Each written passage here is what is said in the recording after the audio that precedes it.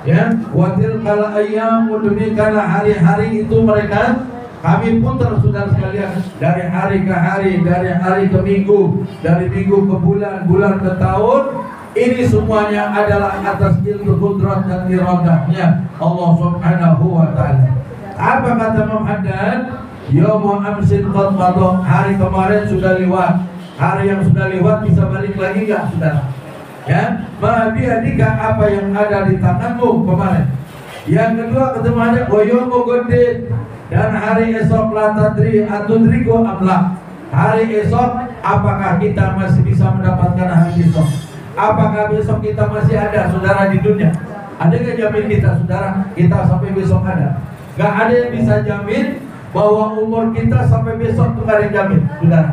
Karena demikian, semuanya ini berjalan atas kudrat dan iradahnya Allah Subhanahu wa ta'ala. Besok kita nggak tahu apa yang terjadi. Apakah kita masih ada umur? Apakah kita nggak ada umur? Apa yang terjadi besok kita tidak tahu, saudara sekalian. Yang ketiga kata Imam Haddad, saudara, wa yaumin anta fihi fatalibhu. Hari sekarang nih, ya, hari yang sedang kita laksanakan, kita jalankan, fatalibhu, maka ambillah keberuntungan di hari ini. Artinya apa? Selagi kita masih sehat, kita panjang umur, diajarkan kita oleh baginda Nabi kita Muhammad mencari bekal buat persiapan pulang ke negeri akhirat. Karena umur ini, saudara sekalian, kelak nanti akan dimintakan pertanggungjawaban kepada Allah Ta'ala. Bukankah Rasulullah bersabda, apa kata Rasul? Khairun nas man tala umruhu wa hasuna amaluh.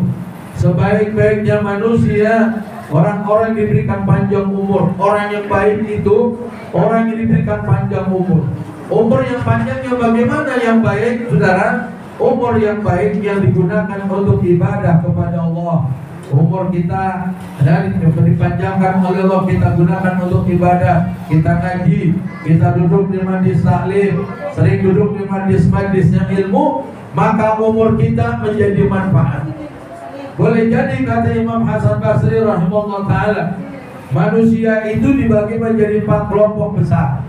Kelompok yang pertama, ada orang, saudara sekalian, yang dari muda sampai dewasa, sampai tua, sampai meninggal dunia istiqomah, saudara sekalian. Ini yang semacam ini adalah orang-orang yang sangat disayang dan dicintai oleh Allah Ta'ala. Dari usia muda sampai remaja, sampai tua, sampai dewasa, dia istiqomah di jalannya Allah Ta'ala, di jalannya baginda Nabi Muhammad. Ada orang begini, saudara. Yang kedua kata Imam Hasan Basri, ada orang, saudara, dari mudanya dia alim, dia taat ibadah sampai dewasa. Menjelang begitu sudah dewasa tua, mereka umurnya digunakan untuk maksiat kepada Allah Ta'ala. La haula wa la quwwata illa billah. Mudanya rajin ngaji, rajin duduk majlis taklim, sering datang ke ulama-ulama. Begitu udah tua, dapat duit kaget, saudara sekalian. Apa jalannya? Jalannya yang dimurkai oleh Allah Ta'ala. Mereka melakukan dosa dan maksiat kepada Allah Subhanahu wa ta'ala. Yang ketiga kata Imam Hasan Basri, ada orang, saudara sekalian, dari mudanya bader. Ini banyak hidayah. Dari mudanya bader, sering tinggal kewajiban ibadah kepada Allah, gak kenal ulama, gak kenal majlis taklim. Udah tua Pak, dia sadar, dia tobat kepada Allah Subhanahu wa ta'ala. Dia tobat, akhirnya tobatnya diterima oleh Allah Ta'ala. Allah masukkan ke dalam surganya Allah Subhanahu wa ta'ala. Ada orang gini, dari mudanya dia, saudara, bandar, dia gak pernah ibadah. Udah tua, umurnya digunakan untuk ibadah kepada Allah Subhanahu wa ta'ala. Amin ya rabbal alamin. Yang keempat, yang paling, saudara sekalian, paling jelek, dari muda sampai tua, sampai meninggal dunia nggak berubah. Makin tua makin bader, saudara sekalian.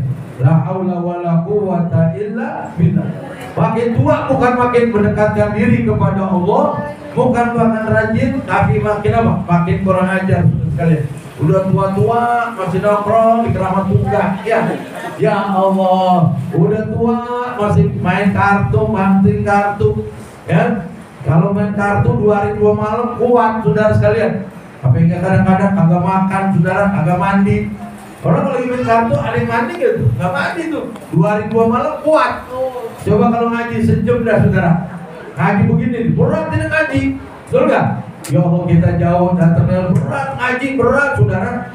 Makanya kata Rasulullah, orang yang duduk di majlis taklim itu 1 jam itu pahalanya lebih utama daripada ibadah 1000 tahun. Masya Allah, julusu sa'atin indal ulama khairun wa habu ilayya min ibadati alfi sanatin. Duduknya kita di majlis taklim 1 jam. Kita paling ngaji 1 jam ya. Ya, betul nih 1 jam. Setengah 11 sampai jam 12. Selesai makan, habis makan ngopi pulang diongkosin. Masih susah juga. Susah diajak orang ke kebaikan, berat ya. Berat kayak gitu. Ya Allah, diajak ngaji kadang-kadang berat sudah. Di majlis taklim kadang-kadang setan udah ada tuh. Orang kalau duduk di majlis taklim saudara, setan udah apa? Udah bujukin aja, udah tidur aja tidur. Ya, orang-orang hati udah tidur, ngiler aja. Ya, dengerin ulama ceramah denger begitu pulang bagaimana? Udah beres sama kayak kemarin. Ya, dan kemarin begitu-gitu saja. Ya, itu iblis paling pintar saudara. Makanya kata Al-Imam Al-Habib Abdullah bin Alwi Al-Haddad, kalau kita ngaji itu 1000 iblis goda kita saudara sekalian. Maka kata ibadah yang paling berat itu adalah duduk di majlis taklim. Kita mulai berangkat aja kadang-kadang ujiannya berat, motor lah kadang-kadang ada yang pakai, ya bensinnya kagak ada, bini memerah, ya. Kata memang kita hari minggu jadwal ngaji, udah merah jalan-jalan, puring, ya, udah puring minta duit lagi. Bini jelek banget udah puring minta duit, ya. Ya Allah, ada aja kalau kita mau ngaji, riwahnya ada aja tuh, betul nggak? Coba kalau mau jalan-jalan, enak aja jalan-jalan. Gak ada godaan ujiannya. Coba kita ngaji, ujiannya banyak saudara. Karena setan begitu pagi hari Ahad udah nyebar pasukan. Oh, udah jangan mau ngaji nih, wah iya loh, motornya biar kempes. Terus apa lagi? Keluarganya mau pakai celana loh. Ada aja itu, reniwahnya ada aja. Makanya orang saudara, kalau yang istiqomah di majlis taklim itu sampai dapat bonus, udah bonus. Apa kata saudara?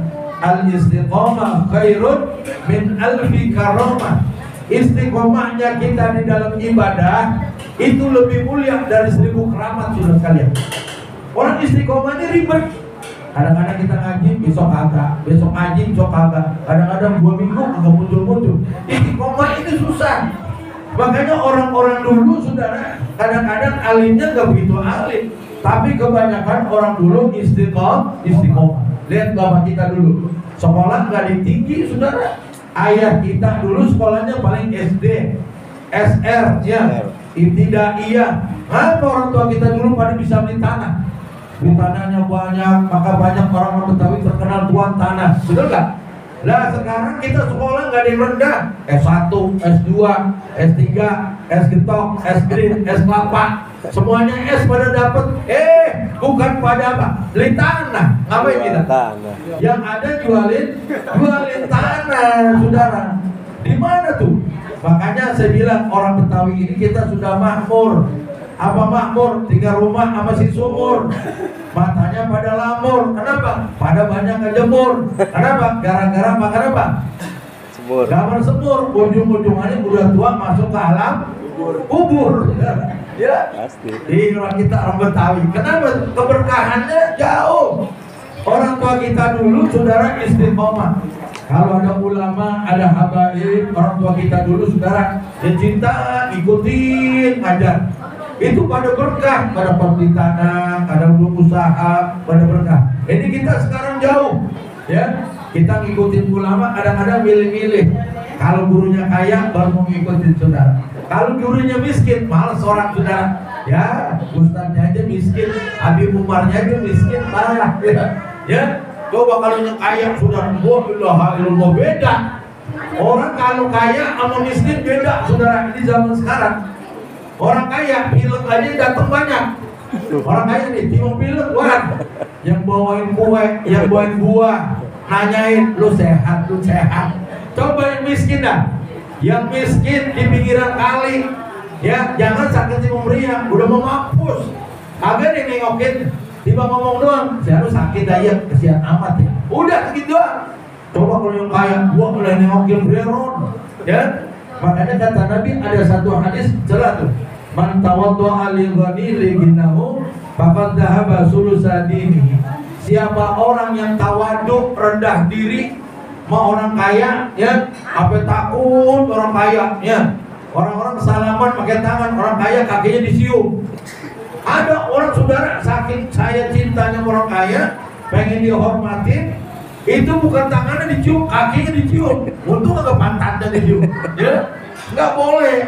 Kata Nabi, man tawaddu'a li ghani, siapa orang yang tawaduk, rendah diri, sampai bongkok orang kaya, ya, mentang-mentang kaya sampai profesor dia, ya, itu hilang sepertiga agamanya, saudara. Sepertiga iman kita luntur. Jadi kalau jangan orang kaya biasa-biasa aja, ya. Apalagi kalau orang kaya pelit, jangan jadi deketin, betul nggak? Al-bakhil aduullah walau kana abidan. Orang pelit itu musuhnya Allah, walaupun dia ahli sujud, sembahyangnya rajin, jidatnya paling hitam, pelit, kikir, pedit, jadi temenin, saudara. Kenapa? Rokok kadang-kadang cuma antu dikeluarin satu-satu. Orang banyak, rokoknya sebungkus, dikeluarin atu-atu, ada gitu, ya, pelit.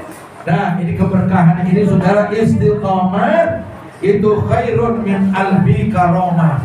Ya, istiqomah itu adalah lebih daripada 1000 karamah. Lihat keramatnya bagaimana. Syekh Ali Baros itu daripada muridnya Al-Habib Umar bin Abdurrahman Al-Attas, seorang wali besar. Siapa Syekh Ali Baros ini? Bukan orang alim, saudara. Syekh Ali Baros kalau kita baca dalam kitab Al-Qirtas Sarah Ratibul Attas, beliau adalah khidmat, berbakti, cinta sama Habib Umar. Kalau kemana-mana itu Habib Umar sedangnya dia pegang, saudara. Dipegangin sedang Habib Umar, jangan sampai apa? Jangan sampai hilang. Ini kadang-kadang agak guru menceramah sedang sampai hilang ketukan. Ya. Kalau kemana-mana tuh guru pegang, saudara, berkahnya sedangnya itu Habib Umar. Dia pulang nggak mau pulang dulu, kata Habib Umar, ya Ali Baros, udahlah pulang. Kata dia, enggak ya Habib, kalau Habib sebelum tidur saya belum pulang dulu. Saudara sekalian, kalau Habib Umar belum tidur, itu Syekh Ali Baros belum pulang, saudara. Dia jagain dulu. Orang kira kita ada yang bisnis, saudara. Ada yang begitu tuh. Ya Allah. Bukan hanya itu, Syekh Ali Baros itu, saudara sekalian, dia cintanya Habib Umar bukan karena ilmunya, biar ingin dapat keberkahan dari Allah Subhanahu wa Ta'ala. Satu saat Syekh Ali Baros ini, saudara sekalian, diuji sama Habib Umar bin Abdurrahman Al-Attas. Ya Ali Baros, saya punya duit ini 1 miliar sekarang, sudah. Udah enggak? Habib Umar dapat hadiah dari orang, kalau sekarang ini 1 miliar. Bawalah ini Ali Baros, kemana kamu bawa? Padahal Habib Umar, saudara, itu hari itu nggak punya beras, saudara. Tapi dikasih Syekh Ali Baros. Ali Baros, bawa nih duit. Kata Syekh Ali Baros, ya Habib ini susah, rumahnya rombeng begini jelek. Bahkan hari ini Habib gak punya beras, kok saya dikasih duit? Lah kalau kayak kita dikasih duit 1 miliar mau guru begitu, kabur di mobil. Betul nggak? Kabur ya kira-kira? Kabur, udah urusan bagaimana ya? Udah ya. Syekh Ali Baros, saudara, pikirannya jauh. Guru gua susah, asal gua dikasih begini. Dia, saudara, udah pernah dia beli beras dulu, dia beli belanjaan, dia dandanin rumahnya. Itu 1 perak pun uang tidak ada yang terlepas kecuali dicatat, saudara sekalian. Ditanya sama Ibu, ya Ali Baros ini dari mana? Kan Habib yang ngasih uang saya buat kasih ente. Ya Habib, saya tahu uang ini sebetulnya buat Habib, saya tahu. Makanya saya butuhin dulu, saya penuhi kebutuhan Habib, anak Habib semuanya, biar tercukupi rumahnya Habib, biar bagus kendaraannya. Ini sisanya ya Habib, seperak pun Syekh Ali Baros nggak ngambil, saudara. Duit 1 miliar itu masih utuh, saudara sekalian. Setiap keluar itu dicatat sama Syekh Ali Baros karena dia takut kepada gurunya. Subhanallahil karim. Makanya Syekh Ali Baros diangkat oleh Habib Umar bin Abdurrahman Al-Attas menjadi pendamping wali. Siapa? Habib Umar bin Abdurrahman Al-Attas. Sampai kata Habib Umar, kalau kau baca Ratibul Attas, jangan lupa selipkan, sampaikan, baca nama Syekh Ali Baros. Siapa yang baca Habib Umar Ratibul Attas, tidak memfatihahkan Syekh Ali Baros, maka ratibnya tidak diterima sampai Habib Umar bin Abdurrahman Lapor. Itu saking cinta sama guru sudah, hidupnya jadi berkah. Nah kalau kita dikasih duit 1 miliar itu kabur nggak tahu hidupnya udah ya. Guru mau makan ya, lihat orang dulu maka hidupnya jadi barokah. Nah ini kita mudah-mudahan khidmah di majlis ini sampai akhir ayat kita, sampai kita meninggal dunia, saudara, sampai nanti kita kumpul lagi di akhirat. Ya, kenapa? Yang kita pengen kita selamat dari dunia sampai akhirat, berkumpul dengan orang saleh. Yang disampaikan oleh Rasul, yuhsyarul mar'u man ahabba ilaih. Manusia nanti di akhirat dikumpulkan bersama siapa yang kita cintai. Insya Allah kita di dunia bersama Habib Husain Al-Bahar, bersama Habib Hasan Al-Bahar, bersama keluarga besar Al-Bahar, bersama Habib Umar Al-Bahar. Kita berharap kelak nanti berkumpul dengan datok-datoknya. Kumpul di mana kita? Di puncaknya Al-Bahar. Siapa? Al-Habib Hasan bin Saleh Al-Bahar. Di bawah kita kepada datoknya junjungan Nabi kita Muhammad. Itu yang paling nikmat, saudara.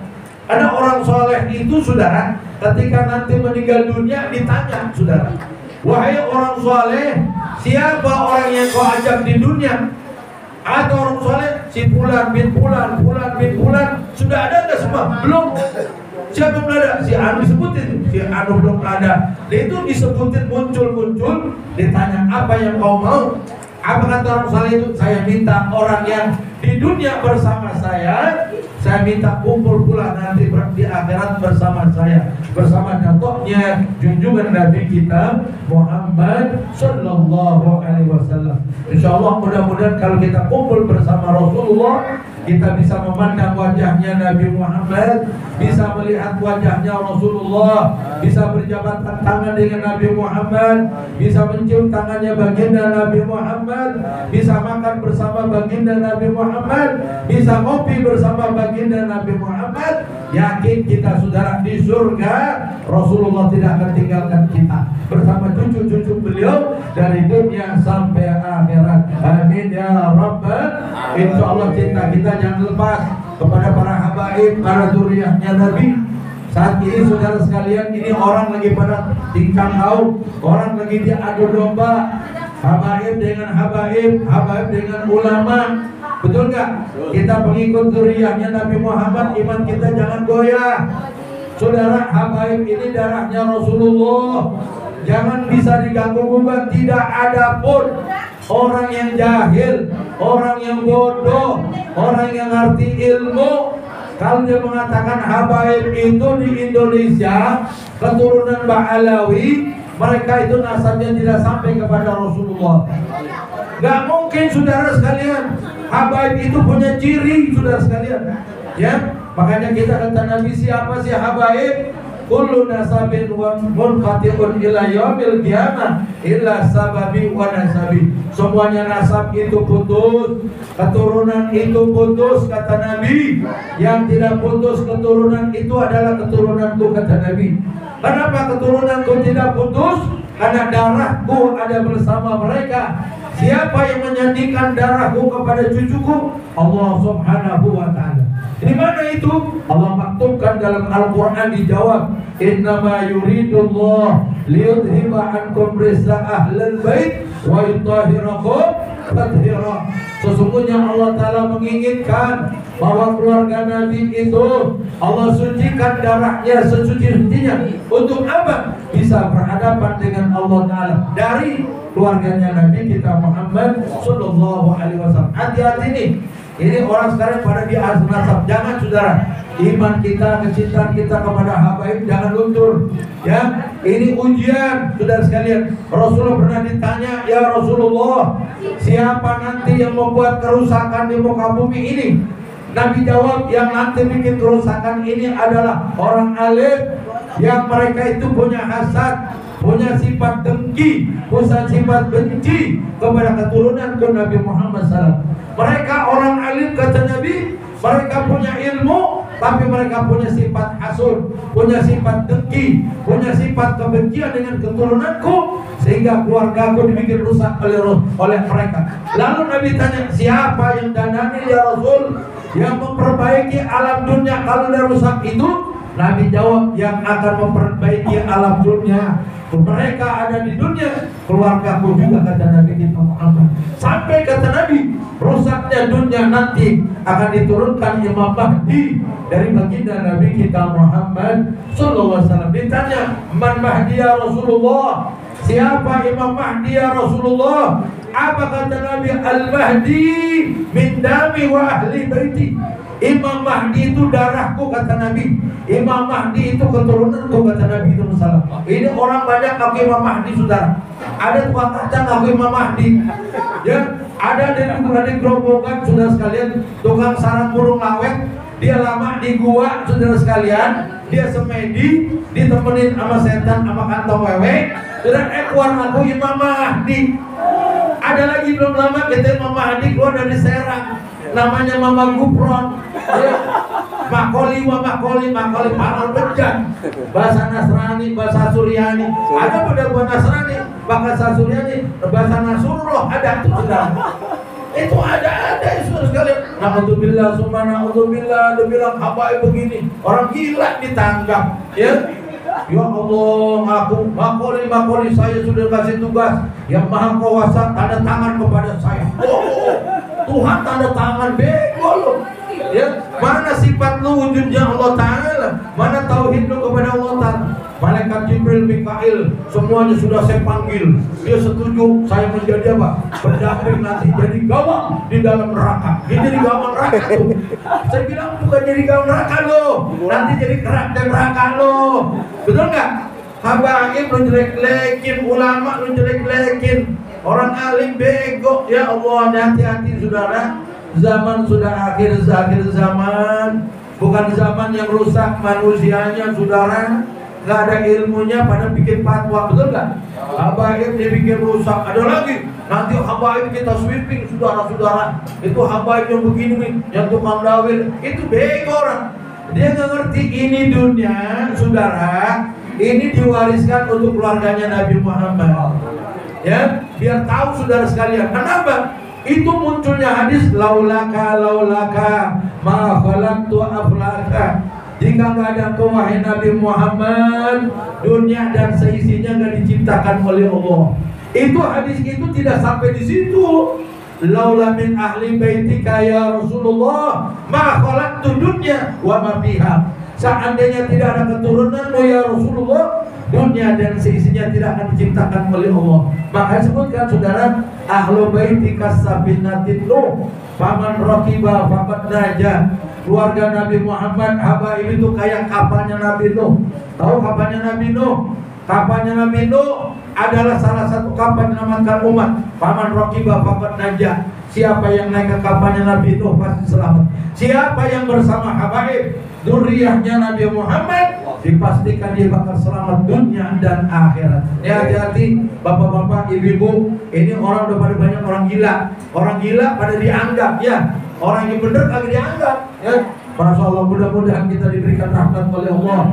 Allah Ta'ala berikan kekuatan iman kita, supaya kita cinta kita kepada baginda Nabi Muhammad. Jangan lepas dari dunia sampai akhirat. Cinta kita kepada keluarga baginda Nabi Muhammad, kepada para habaib, para dzurriyyahnya Nabi, di mana saja, kapan saja.